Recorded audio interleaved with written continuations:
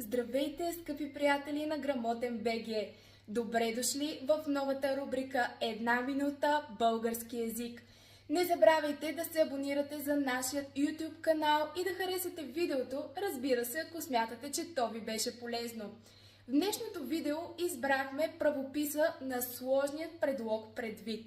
Вероятно сте го срещали в различни варианти, като в предвид, на предвид и други. Запомнете обаче, че единственият правилен вариант е предвид, без да бъде съчетаван с други предлози. Той се пише с лято, а в комбинация с глагола имам представлява наречие. Надяваме се, че и днес сме ви били полезни да обогатите своите познания по български език.